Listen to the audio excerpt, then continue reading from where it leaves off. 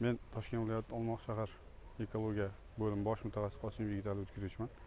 Hozirgi kunda shu ko'rilayotgan jarayonlar, muhtaram prezidentimizda Yashil makon umumiy loyihasi juda ham kerakli loyiha deb bilaman. Chunki o'sha loyihamiz boshlangandan buyon Olmos shahar hududimizda ko'plab tumanlar, shaharlar bilan birgalikda Olmos shahar hududida ham belgilangan reja hamda shu rejaga asosan amalga oshirilayotgan ishlar o'zini katta ta'sirini ko'rsatadi deb o'ylayman. Chunki Olmos shahrimiz sanoat shaharlaridan biri hisoblanadi. Respublika miqyosida Olmos shahar hududida sanoat shahri bo'lib, aynan sanoat shahri bo'lganligi uchun ham atmosfera havosini yaxshilashga qaratilgan ishlar amalga oshirish bilan bir qatorda o'sha daraxt ko'chatlarini ekish ishlari olib borilyapti.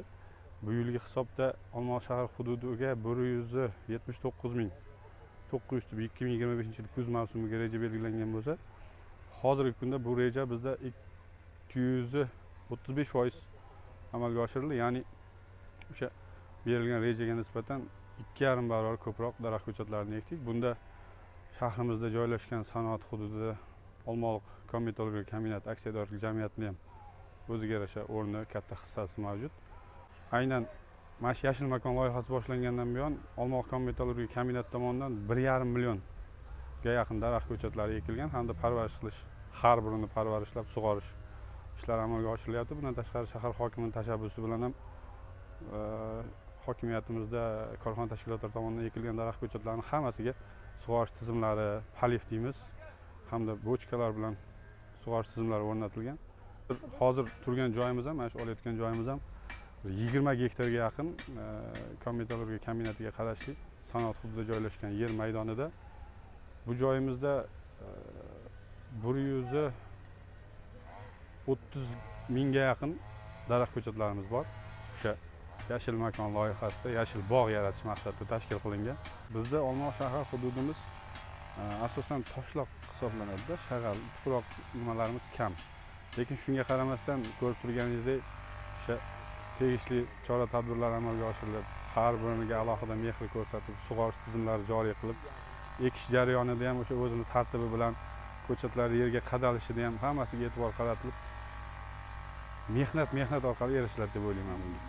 Albatta, shahar hududida daraxt ekish bilan birgalikda o'sha ekib bo'lgandan keyin yashil makon elektron platformasiga kiritilayotganda har bir joyda belgilangan hududlarda o'zlariga biriktirilgan o'sha korxona tashkilotdan yoki muassasadan mas'ul xodim bo'ladi. O'sha mas'ul xodim biriktirilib dalolatnoma rasmiylashtiriladi. Ekologiya biz o'zimiz bo'lim tomonidan dalolatnomalar rasmiylashtirib tasdiqlab berganimizdan keyin nazoratini ham amalga oshiramiz. Buni ma'muriy javobgarliklari ham bor. Har bir daraxtlarga qaramaganda yoki qurib qolganda o'sha vaqtida agrotexnik qoidalarga rioya qilmasdan daraxtlarni parvarishsiz qoldirgan paytda tegishli bandlarga asosan ma'muriy bayonnomalar rasmiylashtiramiz. Har hafta hokimlik soatlarida bu masalalarni ko'taramiz.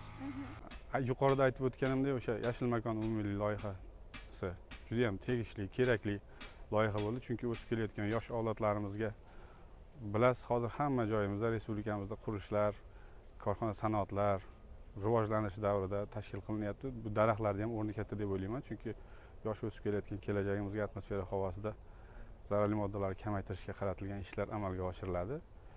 Bu yaxshilikka hammasi.